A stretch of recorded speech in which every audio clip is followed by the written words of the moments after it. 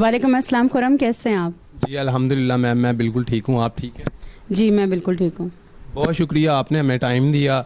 अच्छा मैम, कुछ सवालात हैं क्योंकि हमारे नाज़रीन को अक्सर आजकल आपको पता है कि जो जितने भी लोग हैं ज़्यादातर साइकाट्रिस्ट की तरफ जा रहे हैं कि पता नहीं चलता कि वो क्या बोलते हैं क्या नहीं बोलते।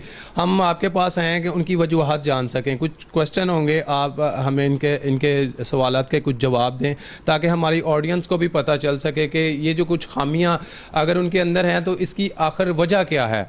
अच्छा मैं, मेरा पहला सवाल आपसे यह है कि माहिर नफ्सियात पागलों का इलाज करते हैं, तो इसके लिए आप हमें ये बताएं कि माहिर नफ्सियात तो कोई मेडिसिन देते नहीं हैं, तो क्या हिकमत अमली आप इख्तियार करते हैं, पेशेंट को किस तरह से चेक करते हैं? अच्छा, सबसे पहले तो खुरम आपका बहुत बहुत शुक्रिया कि आप लोग आए, ठीक है। और ये बहुत अच्छे क्वेश्चंस हैं कि आपके चैनल के तवस्सुक से एक बहुत अच्छी इन्फॉर्मेशन मिलेगी। इसमें दो फील्ड्स होती हैं हमारे में, दो, एक साइकेट्रिस्ट होते हैं, एक साइकोलॉजिस्ट होते हैं। जो साइकेट्रिस्ट होते हैं वो MBBS डॉक्टर होते हैं और उन्होंने उसके बाद 2 साल इसको पढ़ा होता है, वो मेडिसिन प्रिस्क्राइब कर सकते हैं। जो हम साइकोलॉजिस्ट होते हैं और उसमें भी वो दोनों साथ साथ काम करते हैं। आप ये नहीं कह सकते कि आप किसी एक के पास जाएँ तो गलत होगा।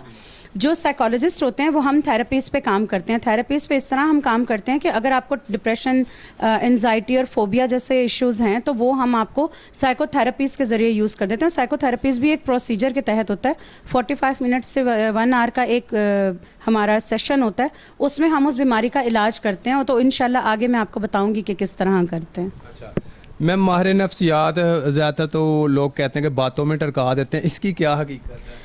अच्छा, एक सवाल आपने किया कि सबसे पहले मैं उसका जवाब दे दूं कि पागलों का इलाज करते हैं। तो पागलों का बिल्कुल नहीं करते। पागल बेसिकली शिज़ोफ्रेनिक पेशेंट्स को कहा जाता है जिनकी हेलुसिनेशंस होते हैं। तो वो मैं इन शॉर्ट हेलुसिनेशंस के बारे में बता देती हूँ।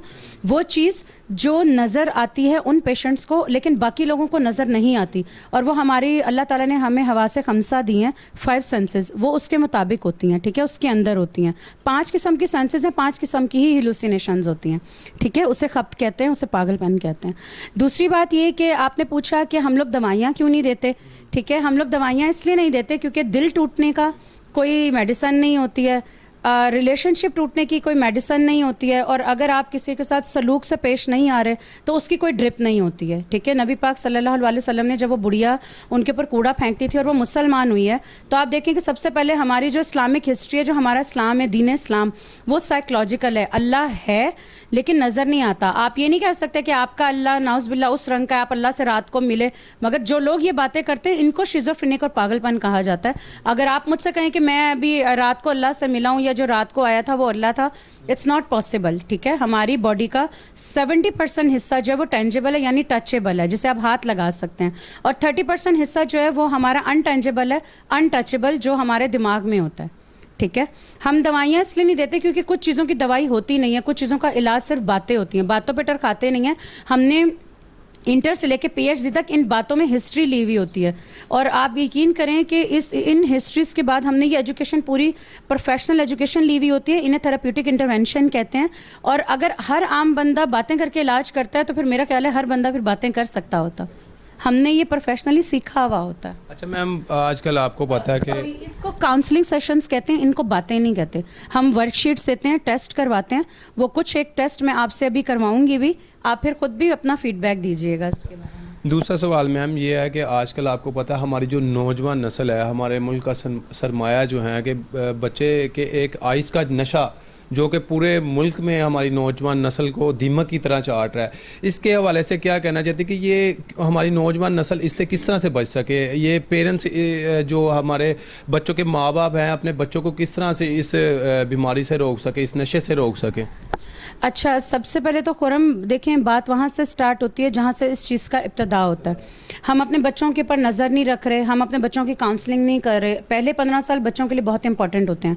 पहले 15 साल उनका हाथ पकड़े रखें, उसके बाद ना सख्ती करें, यानी कि जितनी आपको सख्ती की ज़रूरत है आप उतनी करें। मैंने डिफरेंट लोगों को देखा है, वो कहते हैं कि बच्चों को मारना नहीं है। अगर माओं को ज़रूरत पड़े, और माएँ वैसे लगा भी देती हैं, हमारे यहाँ जो देसी माएँ हैं वो थप्पड़ भी लगा देती हैं, और मैंने तो देखा है वो मारती भी हैं। हद से ज़्यादा तजावुज़ जो चीज़ तरजे वो नुकसानदेह होती है, लेकिन अगर आपको कभी कभी ज़रूरत पड़ती है बच्चों की काउंसलिंग करने के लिए या बच्चों को तमीज़ देने के लिए या उनको ज़िंदगी के बारे में बताने के लिए, तो उनकी तरबियत के लिए जो ज़रूरी है वो आप करें. 15 साल के बाद आप उनके दोस्त बन जाएं. वो वॉशरूम में ज़्यादा वक्त लगा रहे हैं, वो दोस्तों के साथ ज़्यादा वक्त बैठ रहे हैं, वो किन दोस्तों के साथ बैठ रहे हैं, वो रात को सो रहे हैं नहीं सो रहे. अच्छा, एक बात का ख्याल रखिएगा, आइस लेने वाले पहले 3 से 4 दिन बहुत ज़्यादा जागते रहते हैं, वो बच्चे सोते नहीं हैं. उसके बाद जब उनका नशा टूटना शुरू करता है तो वो बहुत ज़्यादा सोना शुरू कर देते हैं. आप देखें आपके बच्चे कितना टाइम सो रहे हैं, कितना टाइम वॉशरूम में लगा रहे हैं. आजकल हमारे मुआशरे में आप मोबाइल भी दे रहे हैं, पैसे भी दे रहे हैं, आप उन बच्चों को हर चीज़ प्रोवाइड कर रहे हैं, लेकिन आप उनके ऊपर नज़र नहीं रख रहे. इसका सवाल का आपका जवाब ये है कि जो आइस है वो हमारे जो हमारा नर्वस सिस्टम है उसको कंट्रोल करता है. उसमें हमारी फीलिंग्स आती हैं, हमारे हेजानात आ जाते हैं, हमारे कंट्रोल आ जाता है, और हमारी हंसी, हमारे रोना, हमारी खुशी, हमारी हर चीज़ उसमें होती है. किसी की फ़िक्र करना, किसी का एहसास, हमारे एहसासात को वो बंद कर देता है. कुदरत ने हमारे दिमाग में, हमारे जिस्म में कुछ नॉर्मल केमिकल्स दिए हैं, वो उसको डिसबैलेंस कर देता है. और आपको पता है डिसबैलेंस कोई भी चीज़ हो तो वो अब नॉर्मल होती है. तभी ये आजकल बच्चे जो हैं वो कत्ल भी कर रहे हैं, वो पबजी गेम्स भी कर रहे हैं, एंड दैट पबजी जो है वो भी एक और एडिक्शन है, और वो भी जब एडिक्शन में कोई चीज़ आ जाती है तो वो भी ऐसी ही होती है, उसका असर भी ऐसा ही होगा. अच्छा मैम, बहुत ज़्यादा हमने देखा है कि आपने देखा होगा कि काफ़ी लोगों से बात करें तो बड़ा गुस्से से बात करते हैं. तो इसकी क्या वजह है कि तलक कलामी बड़े लोगों में आ गया कि 80% लोगों में हमने ये चीज़ देखी है कि किसी से भी प्यार से बात करते हैं तो वो उसका बड़ा गुस्से से जवाब देते हैं. इसकी क्या वजह है कि 80% ये मामला बढ़ने की क्या वजह है?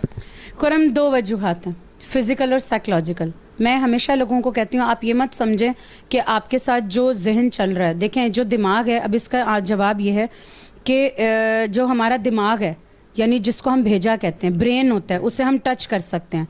उसका नॉर्मली आपने देखा होगा वो जानवरों का भी है, माएँ खाना भी बनाती हैं, इंसान का भी है जिसके ऊपर तजर्बात हुए. ठीक है, वो फोकस इस चीज़ पे करें कि उसको हम हाथ लगा सकते हैं. अगर एक बंदे का एक्सीडेंट होता है तो उसका वो भेजा है जो हमें बाहर निकला हुआ नज़र आ जाता है. ठीक है, और एक होता है माइंड, वो हमारी सोचें हैं, वो अनटचेबल है. ठीक है, वो साइकोलॉजिकल दुनिया जो रब ने हमें दी हुई है, अल्लाह ने हमें दी हुई है. आप यकीन करें जब बच्चा पैदा होता है, अभी वो पैदा नहीं भी हुआ होता, तो वो माँ के साथ क्यों अटैच होता है? क्योंकि वो उसकी आवाज़ सुन रहा होता है, उसकी ज़बान सुन रहा होता है, उसके कानों में हर चीज़ जा रही होती है, उसकी मेमोरी वहीं से बनना शुरू हो जाती है. उसकी मेमोरी में माँ की अटैचमेंट होती है, उसके ब्लड में वो हर चीज़ होती है जो उसको उसके माँ बाप ने देनी होती है, वो पहले से उसके अंदर होती है. क्यों? वो इंस्टिंक्ट इसलिए होते हैं क्योंकि हमारी जो दुनिया बन रही है वो फिज़िकल और साइकोलॉजिकल दोनों को मिला के बन रही है.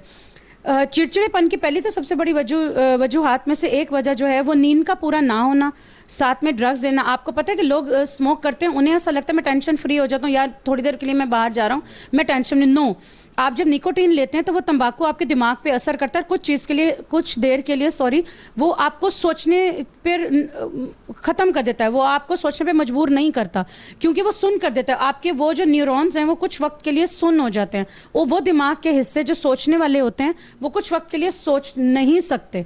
इसीलिए आपको लगता है कि मैं सिगरेट पी के सुकून में आ गया हूँ, अब मैं अंदर आ गया हूँ. It's not like that.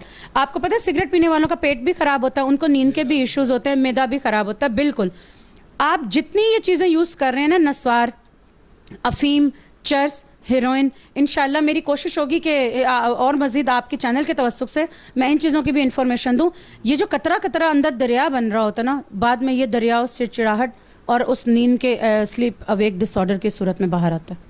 Ma'am, कुछ लोग ये छोड़ना चाहते हैं कि मीन्स के कुछ लोग कहते हैं कि जी हमने ये चीज़ छोड़ना चाहते हैं, उनके लिए आप क्या कहते हैं कि उनके लिए आसानी किस तरह से होगी इस चीज़ को छोड़ने के लिए? अच्छा, ये बहुत अच्छा सवाल है खुरम. आई विश के लोगों को ये बात समझ आ जाए. मेरी बात को समझने की कोशिश कीजिएगा आप लोग भी, कि जब हम मेडिसिन, आप लोग कहते हो कि हम मेडिसिन ले रहे हैं या आप हमें दवाई दे दें, तो दवाई देने से कभी भी सिगरेट नहीं छूटती. इसके लिए हम एक थेरेपी देते हैं, उसका नाम हिप्नोथेरेपी है. हिप्नोथेरेपी में हम ये करते हैं, 45 मिनट का सेशन होता है, हम आपको ट्रांस में ले जाते हैं. उस नीम गनूदगी की हालत में, उस नींद की हालत में हम आपकी कोई भी आदत छुड़वा सकते हैं. اس میں آپ کوئی بھی, اس کو ہم ترک عادت کہتے ہیں, ٹھیک ہے. ترک عادت کو ترک کرنا ایک بہت مشکل کام ہے. اگر میں ایک ٹانگ ہلا رہی ہوں, بہت دیر تک ہلا رہی ہوں, تو آپ کہیں گے میری ٹانگ ہے, میں کہوں گی نہ ہلاؤ, آپ کہیں گے میری ٹانگ ہے, تم کون ہوتے ہو مجھے منع کرنے والے. لیکن ایک عادت کو چھڑوانا ہمیں کبھی کبھی سالوں لگ جاتے ہیں, لیکن ہمارے پاس بریف سائیکو تھراپی الحمدللہ پاکستان میں اتنی اچھی ہے, میں نے پروفیسر ارشد سے یہ سیکھی ہوئی ہے.